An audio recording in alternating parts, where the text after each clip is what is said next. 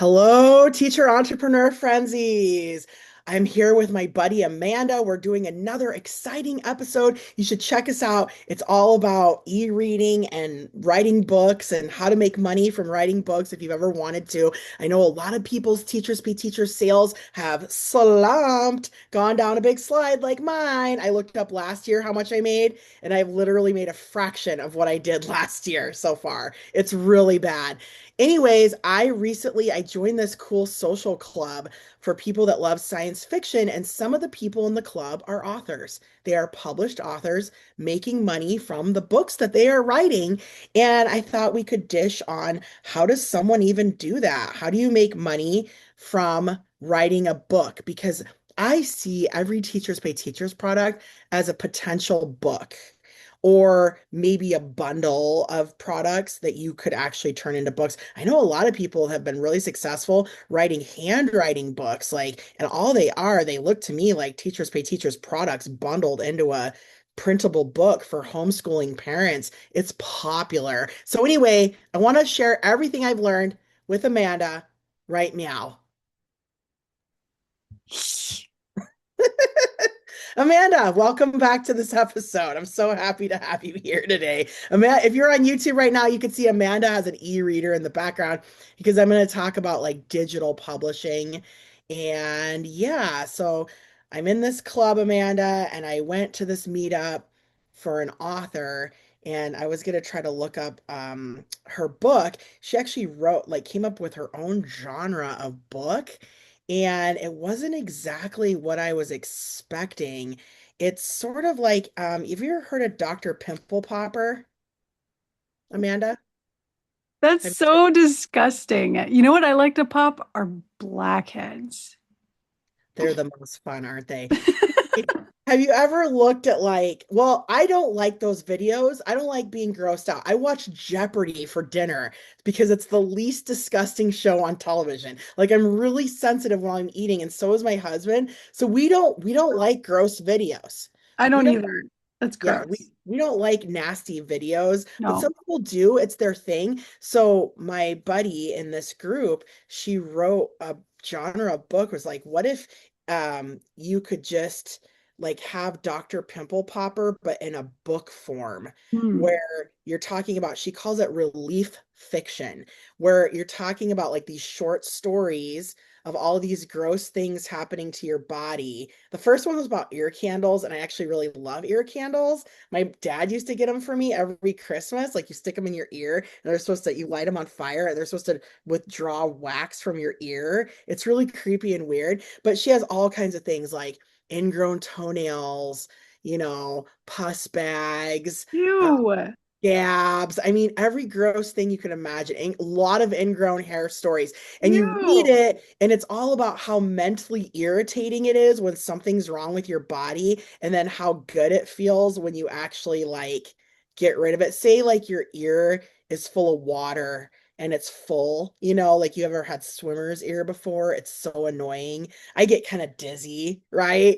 Uh, and it's all about, so she created this. She was just like, what if Dr. Pimple Popper was a genre of fiction called relief fiction? She created it herself.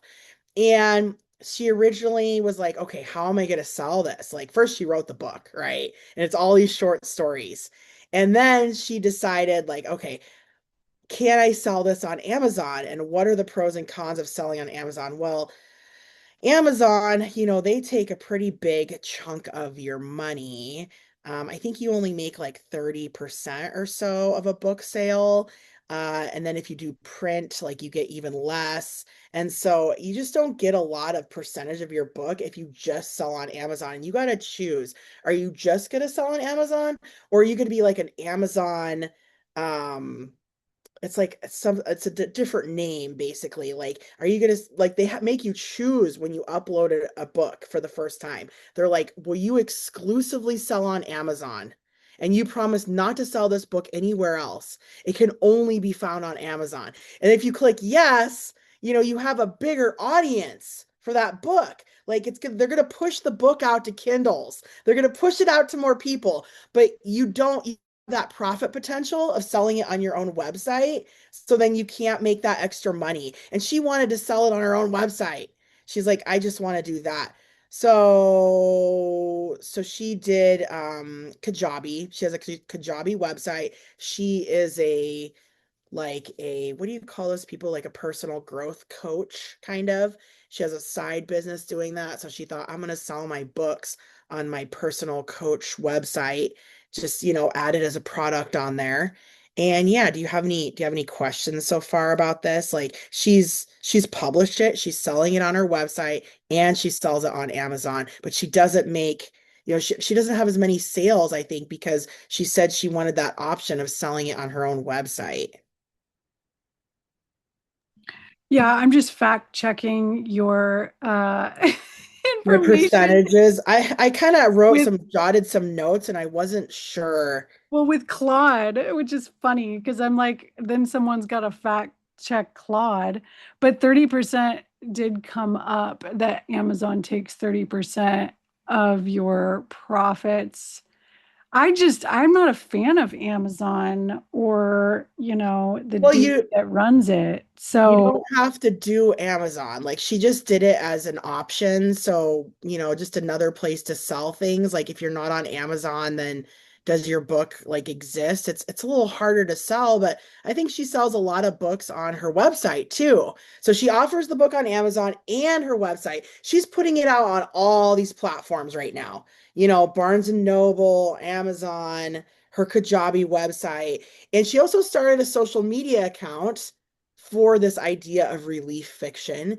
And she's been making little videos, shorts, which we might do an episode on, about, her new genre. And so she sells some books on social media. She sells some on Amazon. She sells some directly through her website. So it well, was kind of interesting hearing about what how she did everything. She said that one of the hardest parts, well, the hardest part was creating an audiobook.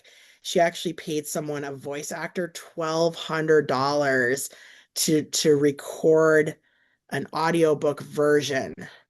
And that was really expensive and time consuming. And she probably got a good deal because it took way more hours than she thought it would. And then another thing that was not that expensive but took her a long time is figuring out the cover formatting, and she just used Canva for her cover. But for some reason it would like work on her website and then it wouldn't work on Amazon, and then it wouldn't work on another, and nothing would work on Audible. Like Audible was incredibly hard to get anything to work, and I found out Audible, if you want to write a book and you want to have a audio version of the book so people can listen to it, Audible is super picky. They just don't let anyone come up with a book. They want perfect sound quality. Like you need a movie microphone. It has to be completely silent in your background, no background noise, no wheezing or coughing or sneezing. I mean, they listen to every single second of your audio recording, and they don't let junk on Audible. Um, am I saying that right? It well, is Audible, right? yeah, I can attest to that because I listen to a lot of Audible and the sound quality is always superb. I don't necessarily always like the people reading it, but yeah, I've thought about this selling ebooks on my website, and I've thought about Kindle publishing, but I just haven't, pulled the trigger on any of it. But it's pretty easy to just create an ebook. You just, use like Adobe Acrobat and create a PDF, and like Canva, and then you put it on your website through like WooCommerce, or you could even put it on like Etsy, or I don't know. You can sell books on TPT too, like PDF books, right? Like, isn't it the same thing? Did she talk about the tech part Yeah, behind it I got a on? lot of notes on the tech actually. Um, so it wasn't the same things that I had heard of. Apparently there was this thing called Book Funnel that costs 300 a year.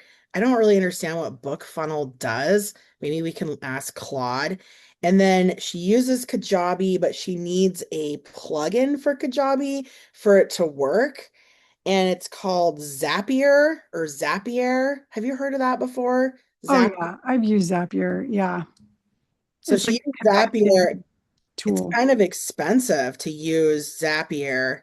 Hmm. And then she used, she has a lot of sound things because she has an audiobook version, which is something I just never really thought of. And that's been her biggest hang up is just trying to perfect the audiobook version. But she just felt like this would be something popular since people are into ASMR now, that maybe it would be kind of like in that realm.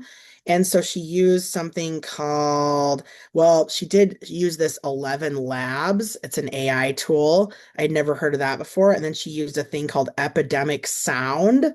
So I love that she was just telling me all these tools. She's like, I use, 11 Labs. I use Epidemic Sound. I use paid Canva account. I use Book Funnel. I don't know. Did we look up what Book Funnel is? Looking it up right now. What is Book Funnel?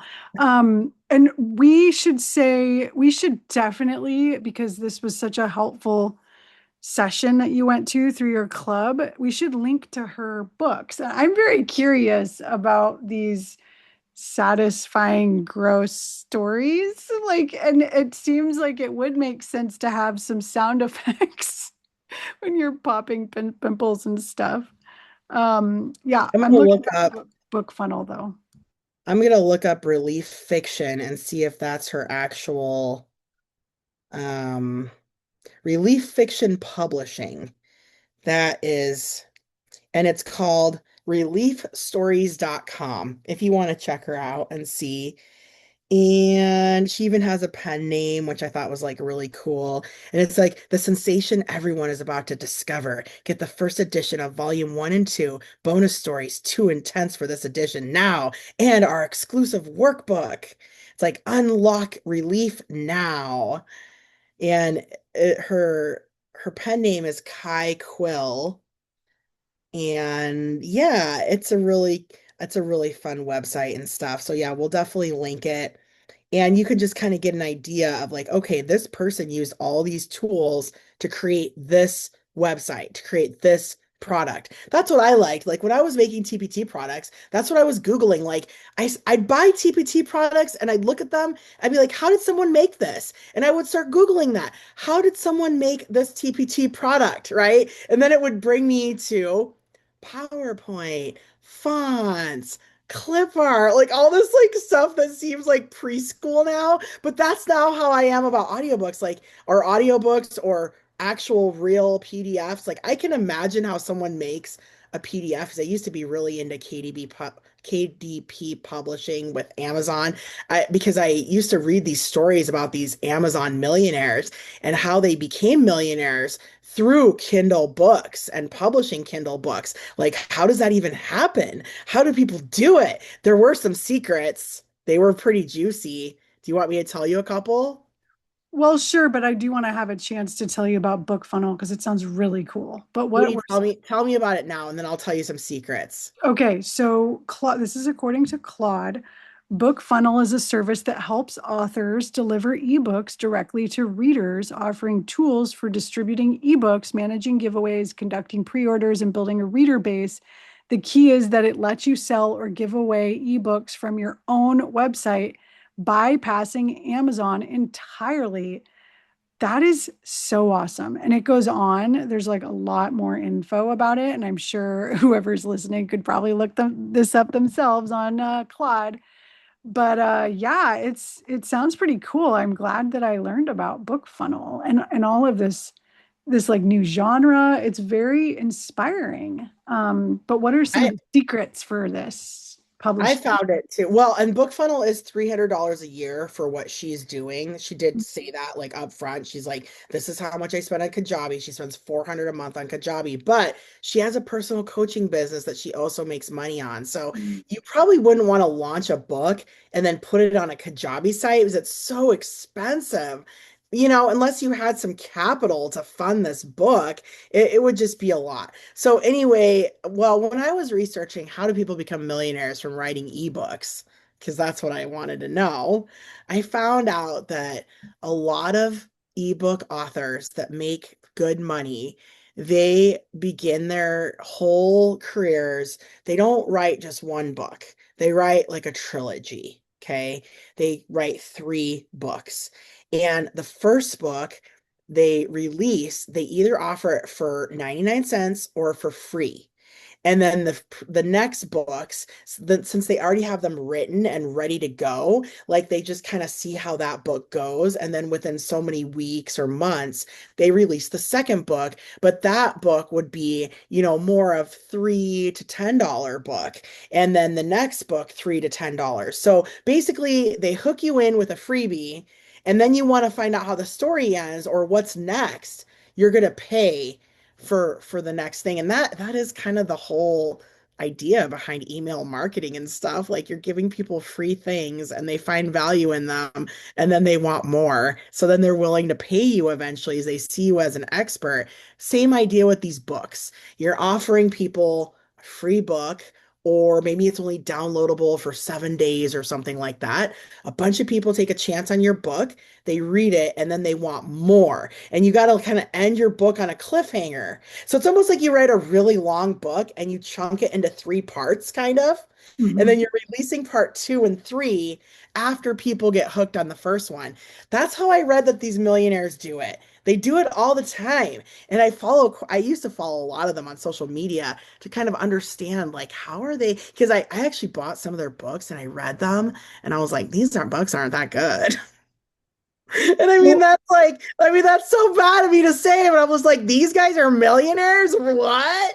Like, how'd that happen? So I bought their books just to like, okay, well, what do the books sound like? What are they about? And I was like, oh, they're not the bestest, but I suppose there's a taste for everything out there. It doesn't matter what you want to write about, somebody wants to read about it. Because reading is a big hobby still, and it's a cheap hobby that everyone can afford in times of recession and depression. yes. Well, and I'm thinking about like nonfiction because I feel like teacherpreneurs would probably want to write nonfiction and how you could use that kind of like trilogy idea for nonfiction. I'm just like my wheels are spinning, but I think you'd have to leave it on a cliffhanger of like, hey, if you like the ideas that I brought up in this book, you should try the next book. And then you're going to get these things out of that book. I think you'd have to do a preview of what they could get if they want to move on. And you'd really have to have something that helped a lot of people or made Mhm. them see education differently or made them feel good as a teacher again.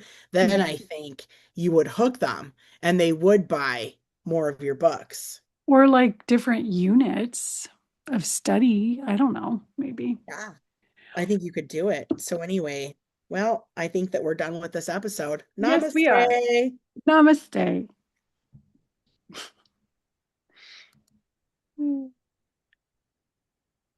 What am I doing?